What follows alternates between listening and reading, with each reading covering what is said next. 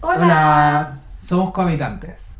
un proyecto de investigación que busca conocer comunidades intencionadas que cohabitan. Yo soy Seba, arquitecto y artista, y me pregunto cómo los espacios pueden cultivar mejores relaciones. Yo soy Mika, psicóloga e investigadora, y busco conocer cómo en la actualidad de la individuación y la globalización hay personas que buscan unirse como en las ancestrales tribus que antes nos unían.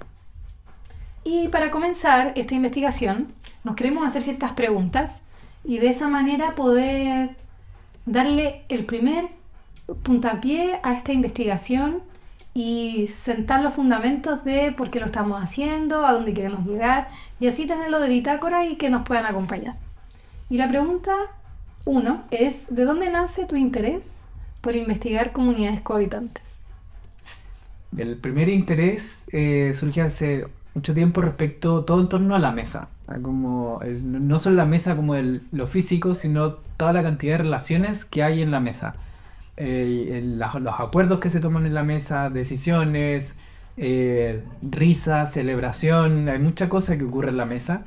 Y si entendemos esto también como que esto inmaterial que está ocurriendo en la mesa, estas conversaciones, estas miradas, también ocurren a nivel urbano, a nivel ecosistémico, se genera una red que permite que un grupo de personas o un conjunto de partes se transforme en un sistema.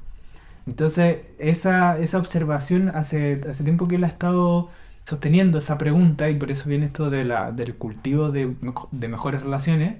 Y ya particularmente esta investigación surge de hace unos días que nos estábamos preguntando o visionando que nosotros queremos vivir en comunidad. Nos hace sentido vivir en algún lugar donde se comparta lo doméstico, hay una visión de vida que tenemos y que nos dimos cuenta que no sabemos cómo hacerla. Porque además ambos crecimos en Santiago de Chile, una ciudad con familias que crecimos de forma aislada, donde no conversábamos con los vecinos, donde también hay un sistema de mercado muy fuerte, entonces el valor de la productividad eh, es muy elevado en todo, es como todo tiene que ser productivo. Y eso cada vez como nos separa, nos separa, entonces está muy enraizado también en nosotros eso, y no sabemos cómo hacer comunidad, cómo generar acuerdos. Entonces todo este tema de la mesa también es, como en un sentido personal, es una herida para mí, como hablo por mí. Entonces de ahí surge esta intención de aprender, de ir a buscar quiénes saben hacer esto, cómo lo hacen, y surge este interés por investigar. Sí, Entonces, por mi parte también nace desde lo mismo, como vivimos como pareja de manera aislada, tenemos nuestra casa, nuestra perrita y tenemos que resolver todas nuestras necesidades de manera entre nosotros solamente. Entonces se vuelve muy pesado sostener toda la vida doméstica, lo laboral y que solamente la socialización esté aislada a momentos como de diversión, algunas veces por semana o hacer deporte y que no haya una integración en una comunidad que funciona, que respira junta y como hay mucho interés personal en mí de vivir de esa manera, de compartir la vida, de crear un espacio prolífero para que todas las personas se puedan desarrollar, para que las crías puedan crecer unidas, para que podamos compartir la crianza, que podamos compartir los alimentos, que podamos compartir la tierra así de manera rural. De ahí nace de esa búsqueda y de conocer a quienes ya lo hacen y ya han logrado superar este aislamiento que vivimos. Y este aislamiento que vivimos tiene que ver con la época actual en la que vivimos. sí, sí, y también esta búsqueda de sostenibilidad. Como cada uno tenemos búsquedas, por ejemplo aquí el caso personal del plástico, de la alimentación, de una serie de cosas, y hacerlo de forma individual es más difícil que hacerlo de forma comunitaria. O sea, en términos prácticos, como del compostaje, la crianza de animales, una serie de elementos prácticos, pero también elementos muy emocionales o más de como blandos, por así decirlo, que hacerlo en comunidad genera un mayor resguardo que hacerlo de forma aislada como lo hemos estado haciendo y como crecimos además. Sí, po. Entonces, Ese modelo actual que aísla a las familias, las separa en muchos ámbitos.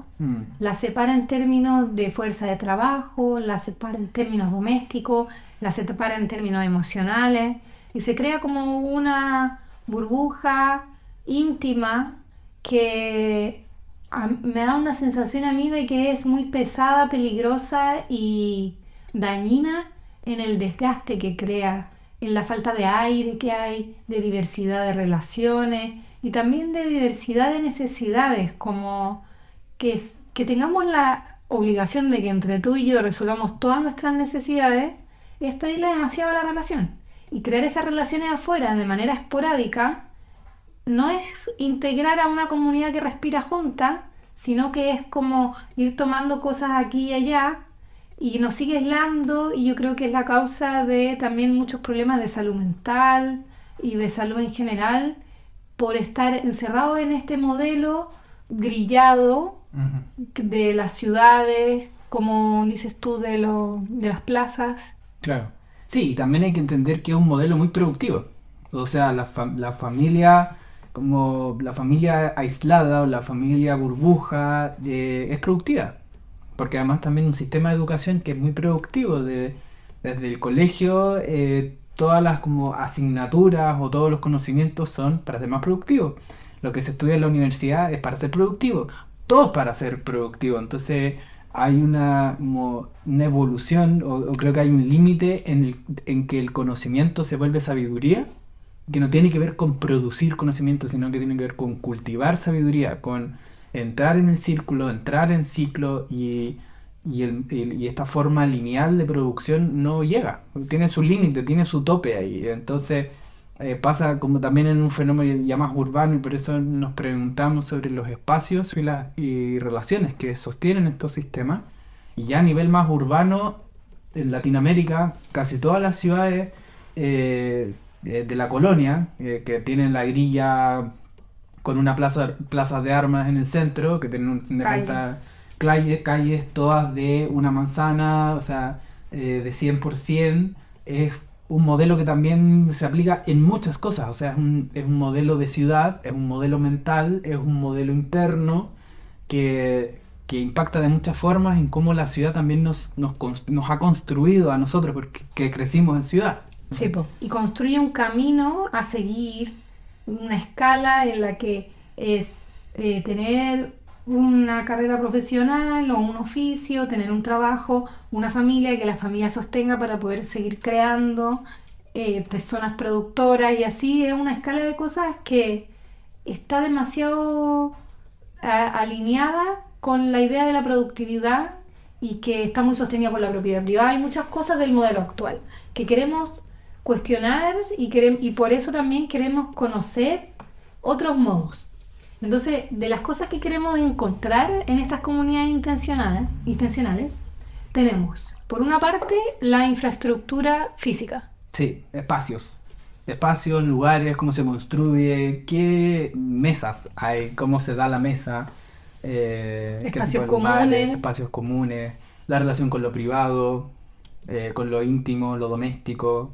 Sí, y en términos estructurales también está cómo estas comunidades ven la propiedad privada, si son socios, si tienen una cooperativa, cómo se organizan legalmente para poder entrar en el mundo en el que estamos, donde la idea es que cada uno es propietario de su propio espacio y entrar en este mundo de lo compartido, lo común, lo cohabitado. Y por otra parte están las relaciones y la manera de sostener estos vínculos de manera prolongada y saludable, entendiendo que estuvimos dentro de una educación de la competencia y de la individualidad que nos hace crecer con egos que luchan por tener la razón, por querer hacer las cosas de la manera personal. Entonces llegar a acuerdos con múltiples personas se vuelve difícil y queremos conocer cómo estas comunidades lo han logrado para poder adquirir,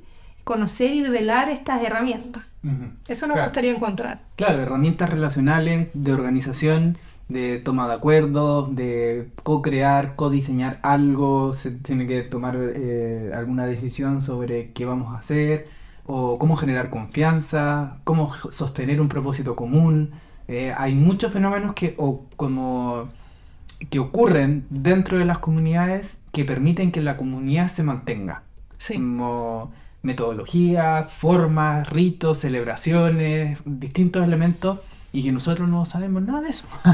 Sí, Sí. solo estamos Entonces, hipotetizando qué creemos que podríamos encontrar dentro de nuestras ideaciones y sueños, y nos gustaría hacerlo realidad, verlo en la realidad, cómo es vivido, cómo es encarnado, y el cómo sería a través de entrevistas, de habitar en esos espacios, de voluntariar en esos espacios, de conocer a esas personas y a sus formas, y de poder aportarle a cambio de esta información visiones que vamos a ir cultivando y que vamos a ir sistematizando para poder entregarles herramientas y ayudarles a que vivan de esta manera, porque creemos en un mundo que es mejor compartido, sí, más aunque circular y más compartido. porque no lo hemos vivido. No, claro, hemos vivido aislados, o sea, hemos crecido de esa forma. Sí. Hemos crecido aislados y sin compartir, compitiendo, Sin ritos. sin rito, sin celebración, así como colectiva, y existe. O sea, no es que no existe, está ahí, no nos hemos puesto en esos lugares. Entonces ahora el viaje que queremos empezar es de ponernos en esos lugares, hablar, nuestras mentes investigadoras también, como de metodologizar este proceso, buscar herramientas de cómo, herramientas espaciales y relacionales que permitan que grupos se transformen en sistemas. Entonces ese es como el objetivo de buscar y también de ir aplicando, porque si el conocimiento no se aplica, solo se produce y se produce y se produce conocimiento, a fin de cuentas también es extractivista el Y conocimiento. desechable. Y desechable y lo mismo que todo el modelo de desechar una botella de plástico, desechar una relación, desechar aquí, y en realidad la forma que nos hace más sentido a nosotros es cultivar de forma más circular el saber. Entonces para eso también es aplicar, y por eso queremos metodologizar bien esta investigación, sistematizar para poder aplicar y entrar en esa dinámica de aportar a las comunidades que visitamos, aportarnos a nosotros también en poder vivir de esa forma. Y también es un viaje de transformación personal el que vemos que esto va a significar, porque tal como decía antes, esta es una herida, o sea, personal de individuación, y cuando me observo, hay mucha fragmentación también adentro. Hay mucha separación del pensamiento, del cuerpo, del espíritu, están ahí como los puentes cortados. Sí. Entonces, Y los puentes con la otra persona y la comunidad, y poder sostener estos espacios y ayudar a que estos espacios se sostengan, a que nos iluminen de cómo lo hacen y de qué manera crean bienestar, crean un buen vivir. Que esto sea, nos imaginamos que puede tener muchos valores a la base. Pueden haber comunidades más basadas en lo religioso o en lo espiritual o en lo económico, pero más allá de cuáles son las bases valóricas que pueden tener estas distintas comunidades, nos abrimos a conocer a toda comunidad intencional que de todas maneras quiere mantenerse unida y resolver en conjunto, y desde el apoyo mutuo y el beneficio que eso nos podría hacer a toda la sociedad y a todas las enfermedades que vienen del aislamiento. ujú. Claro, y hay modelos de todas formas. O sea, también hay modelos de co-living que vienen desde el mismo mercado. Entonces también ahí hay una apertura a observar, a investigar, a visitar y ponernos en distintas situaciones.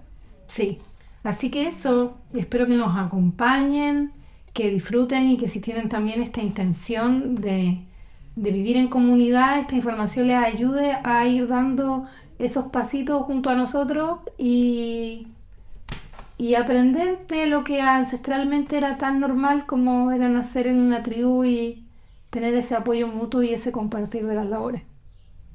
Sí. Y ahí iremos armando redes, subir a plataformas y lo que más nos haga sentido por el momento. Sí, gracias. Yo. Yo creo que ese yo no va. ¿Me voy a sacar? Sí. Ok. ¿Corto? Ya, po. Estará 17 minutos, a ver, ahí. 17. Bueno.